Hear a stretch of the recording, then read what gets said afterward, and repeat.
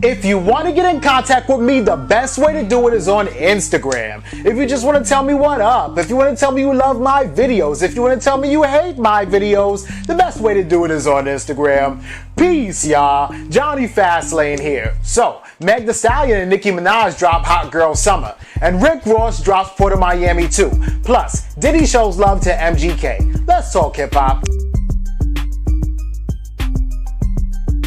Yo, this is dope, right? And finally, right? So we knew that they was gonna drop a song together, right? And we knew it was probably gonna be Hot Girl Summer, right? Because remember like 2 weeks ago when like Nicki Minaj and Meg Thee Stallion, they were like all on FaceTime trying to act like it wasn't planned when we know it was planned, or on Instagram Live or whatever, and first Nicki was on there and she was waiting for Meg Thee Stallion to come on, and then Meg Thee Stallion comes on. They have that whole conversation. And if you go back in my videos, like you'll see like the entire live. It's probably like about 12 minutes long, right? And both of them was talking, and then Meg Thee Stallion was like, where you at? And then Nicki was like, I'm in LA, right? And Meg Thee Stallion was like, oh, I'm gonna be in LA tomorrow. We should link up and go to the studio. So we knew something was gonna come, right? And then Nicki Minaj asked Meg Thee Stallion like, yo, who's on that Hot Girl Summer song? And then she was like, well, right now it's just me and Ty Dolla $ign, right?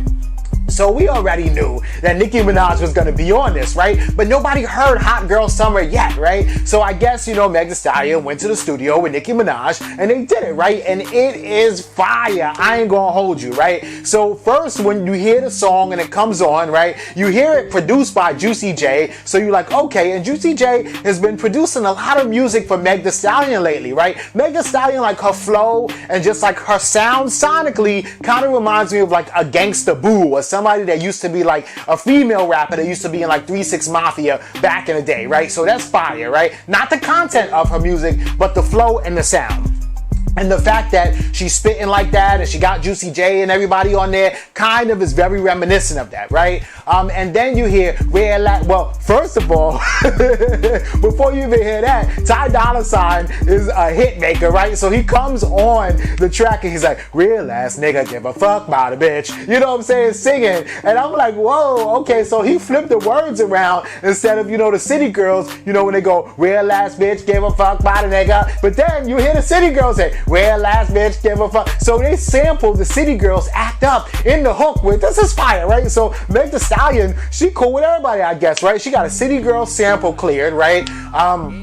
She got Ty Dolla $ign on the hook singing the man version to it, real ass nigga, give a fuck about a bitch. And she got Nicki Minaj on the verse, right? And this is dope because I'm listening to the production a little bit that Juicy J did, right? And it kind of sounds to me that they sampled like I Need Love by LL Cool J too, right? So you got an LL Cool J sample, right? You got the City Girl sample. You got Nicki Minaj on the middle verse. You got Ty Dolla $ign on the hook, right? This song is just so fire, right? So I'm listening to it, I'm like, whoa, right? And this is the first time that I really ever heard Meg. First of all, the song has 3 verses. Usually like today's hip hop, there's only like 2 verses on a song, unless it's an album cut. Like the album cuts may have 3 verses on it, but for the most part, like the joints that's gonna be in a club or that they want you to like listen to in your car, whatever like that, got like 2 verses and are really short songs, right? But not this song, right? This song is not so short and it has 3 verses, right? Which is dope. So Meg Thee Stallion is rapping, and actually the beat kind of breaks down while like she's in the middle of her verse. Like, so in the middle of Nicki's verse, the beat breaks down, and then in the middle of the 3rd verse, it breaks down too. So right where it breaks down, where you could really hear that I Need Love sample, that doom, doom, doom. You know what I'm saying? Like right there where you could really hear it, Meg Thee Stallion like starts like harmonizing a little bit or crooning or just singing like a little bit, right? And I never really heard Meg Thee Stallion harmonize because for the most part, she's been like straight up rapping, right? Y'all know Nicki be singing and harmonizing too and crooning too, but on this right here, when the beat started breaking down and everything, Nicki was not harmonizing, she did not sing, she kept on rapping. Nicki Minaj ain't sing a note in the song, which was dope, right? Her verse was fire. And she says a little something like, you know, your last bitch reminds me of me. I guess it's comedy. I should be flattered. You know, blah, blah, blah. It's kind of, I don't know who she's talking to. But, you know, I'm going to speculate and say Meek Mill. But I don't know, right? And then Meg Thee Stallion comes through with another verse, right? Ty Dolla $ign is a certified hit maker, right? He murdered that hook. And it's just fire. So, you know, I think Ty Dolla $ign probably, because Ty Dolla $ign is a dope writer too. He probably wrote the hook like, real ass nigga, give a fuck about a bitch. But at the same time, you know, Lil Yachty wrote the original, real ass bitch, give a fuck about a nigga. So Lil Yachty gonna get writing credits on this too. The City Girls gonna get writing credits on this too. Ty Dolla $ign's gonna get writing credits on this too. Nicki and Meg Thee Stallion. Like, this whole thing is fire, and they might even give some writing credits to LL Cool J. And I can't tell, but I think that's a I Need Love sample. But y'all need to listen to it if you didn't listen to it yet. The song is flames, and let me know what y'all think. So mad music dropped today, right? You got Rick Ross, you got Trippie Redd, you got Nicki Minaj and Meg Thee Stallion, Young M.A. dropped something, Ugly God, like mad people drop music. So I didn't get a chance to listen to everything, right? I listened to that joint, the joint with Nicki Minaj and Meg Thee Stallion, and I also listened to some of Port of Miami, right? I didn't listen to the whole thing yet, right? Because the whole joint is going viral, and a lot of us, you know, hip-hop heads are really wanting to hear like a lot of the songs that Rick Ross was talking about like before the album even dropped, right? So we all heard the song with Wale, which is track 1, and we all heard the song Gold Roses with Drake, which is the last track on there, right? But in between, you got Rich Nigga Lifestyle with Nipsey Hussle was on there and Tiana Taylor. You got Maybach Music Part 6 or Part 5. I think it's Part 6 with with Lil Wayne on there, right? And so first I want to talk about Rich Nigga Lifestyle, right, with Nipsey Hussle, right? The song is fire, the beat is fire, Rick Ross is murdering it, and Nipsey Hussle comes on, right, and he's murdering it too. Like, the verses are dope, right? But the thing is that Nipsey Hussle, a lot of people saying like, yo, he dissed 6ix9ine or whatever like that. He didn't diss 6ix9ine, but he definitely threw a shot like in 6ix9ine's direction, right? He wasn't like, yo, 6ix9ine, you a bitch, right? But he said basically, yo, I run with real niggas. I can't believe how you thought that 6ix9ine wasn't gonna snitch. You know what I'm saying? Is that really unbelievable? So he kind of just dismissed 6ix9ine as like just some rapping ass nigga that of course he would tell. But anyway, here's the real shit that I'm spitting to you, real game and real, you know, hood politics, right? So that's kind of what it was. He just threw a shot his way. It was a light shot. It wasn't nothing like 6ix9ine, when you get out of jail, you better watch your back or whatever like that. You know what I'm saying? And at the end of the day, 6ix9ine built not his whole career, but he built a lot of his career like off of beef and drama and trolling, and 6ix9ine loves that kind of stuff. So if a legendary rapper like Nipsey Hussle mentions 6ix9ine's name in a song when 6ix9ine's locked up and Nipsey Hussle passed away, then, you know, I think that's a W for 6ix9ine anyway, you know what I'm saying? So that's cool right there, right? And then Rick Ross finally releases Maybach Music, and he was talking about this. He was kind of teasing it to us because he basically was trying to let us know that he got a verse from Wayne, right, for Maybach Music, and he got a verse from Pusha T. And we all know that Wayne and Pusha T got major beef, right? So what he was gonna do was put both of them on the same song to kind of help them squash that beef a little bit. But at the end of the day, he did not do that, right? So just Lil Wayne was on the song and Pusha T's verse was left off of the song, right? And so Rick Ross actually this morning did an interview on Hot 97 with Rosenberg. It's supposed to be E-Ro was there, but I guess he's on vacation, and Laura Styles was there. And so they was basically asking him about like what was going on with that and why didn't you include Pusha T's verse on there, right?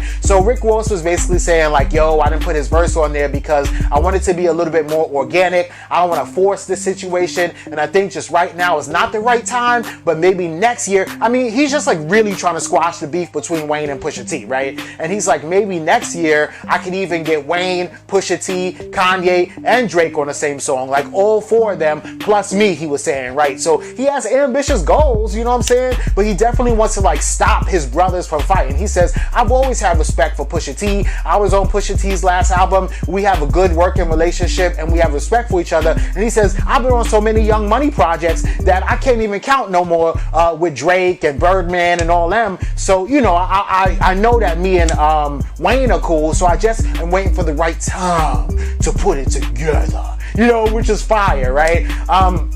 Rosenberg was like, yo, because another rapper or a clout chaser would just put it all together anyway if you got the verse from Pusha T and if you got the verse from Wayne and put it out, because that would be more clout for you. And Rick Ross said, nah, but we're not about that clout chasing and everything like that. And Rick Ross said, I just want to let people know that it's not that we didn't get the verse cleared by Pusha T or his people, because we damn sure did get it cleared by them, but it's just that, you know, I felt like it wasn't the right time, which this is cool. And then also, man, you know, a week from now, now he might release the song with Pusha T and Wayne on it, and we might hear it anyway. You know what I'm saying? He might be like, bonus track, here's Maybach Music with Wayne and Pusha T. You know what I'm saying? So I kind of think, or maybe it'll be like on Rick Ross's version of like Nas's Lost Tapes or something, where yo, you got Maybach Music, the one with Pusha T's lost verse on there, right? But we do know what Pusha T was saying in his verse, because the verse leaked actually on DJ Academic's page, right? So we know exactly what Pusha T was saying. I'm sitting there reading it, and all I could do was read it in Pusha T's voice. Ugh. Like Pusha T's rapping the verse to me in my head already, you know what I'm saying? But let me know what y'all think about this in the comments.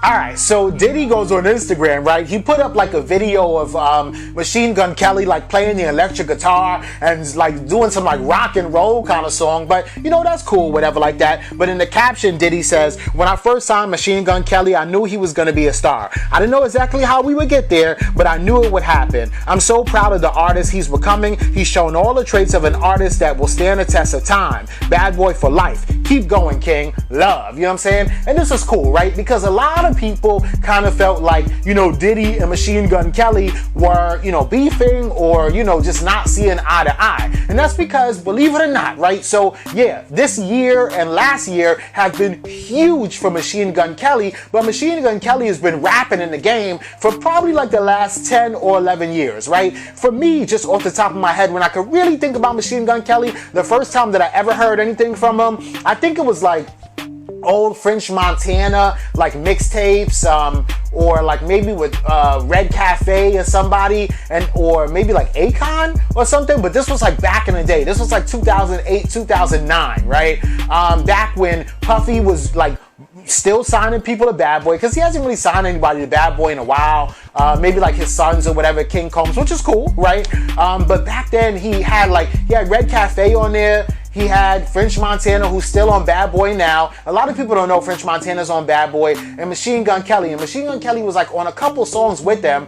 And then a few years after that, he came out with like a song like Ohio, Where I'm From. And then he came out with another song, yeah bitch, call me Steve-O. And then the remix with Waka Flocka on it, which was fire, Flocka, you know what I'm saying? And it was just like, Machine Gun Kelly kind of was like turn up rap, right? I mean, he was just taking a page right out of Flocka's book, because Flocka was turn up rap. So who do you have on your song? Waka Flocka, right? And then for Machine Gun Kelly to be like a crazy ass white boy, tatted up and everything like that, made sense for his sound and his image, right? I think he was on like a song with Wiz Khalifa back in the day too, and maybe Chop It Down. Maybe Machine Gun Kelly was on the remix, if I can remember. But you know, I'm just trying to remember like old Machine Gun Kelly like mixtape songs, right?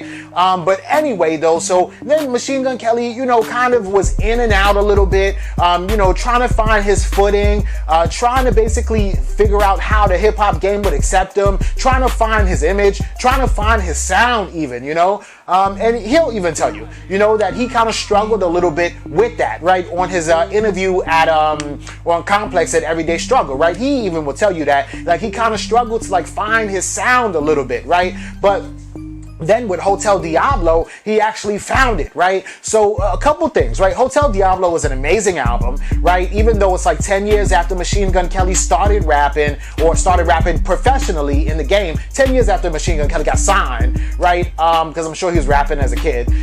You know, this album is probably, I would go off on a limb and say that Machine Gun Kelly's best album, and in his discography, is his classic, Hotel Diablo, right? Not only that, but he dissed Eminem, right? And I don't think that he gained a lot more fans. I don't think that, you know, he stole Eminem's fans or anything like that, because people knew who Machine Gun Kelly was, they just weren't checking for him like that, right? And I just kind of think that they weren't checking for him because he didn't have anything to interest somebody or be like, oh wow, what's Machine Gun Kelly talking about? It's more like, Machine Gun Kelly dropped something else, whatever, right? But he sparked interest in those same people who already knew who he was when he started battling and beefing with Eminem, right? And he also impressed a lot of people, because people, you know, some people hold Eminem in such a high regard as a technical rapper that if you go against Eminem, you're absolutely gonna lose.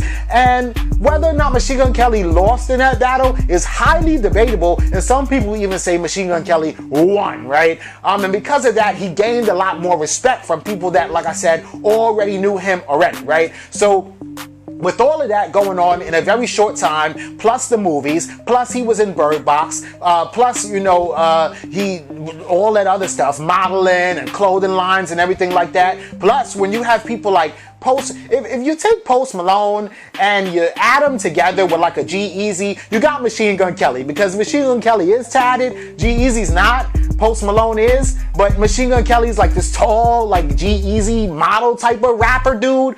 So I don't know. I think that even though Machine Gun Kelly came out way before G-Eazy and Post Malone, I think as hip hop begins to accept the Post Malone and the G-Eazy, it made it easier for Machine Gun Kelly to kind of step back out with his own style and swagger. You know, I think that maybe Machine Gun Kelly was even a little bit before his time, and now that, you know, these other guys are out, we say, oh yeah, we want a Machine Gun Kelly. We accept the Machine Gun Kelly too. Plus, he's a dope ass rapper, right? But let me know what y'all think about all this in the comments down below. Don't forget to like, comment, share, subscribe. Make sure you hit that notification bell. Follow me at Jonny Fastlane, that's Jonny Fastlane on Instagram, and y'all already know what to do. Peace.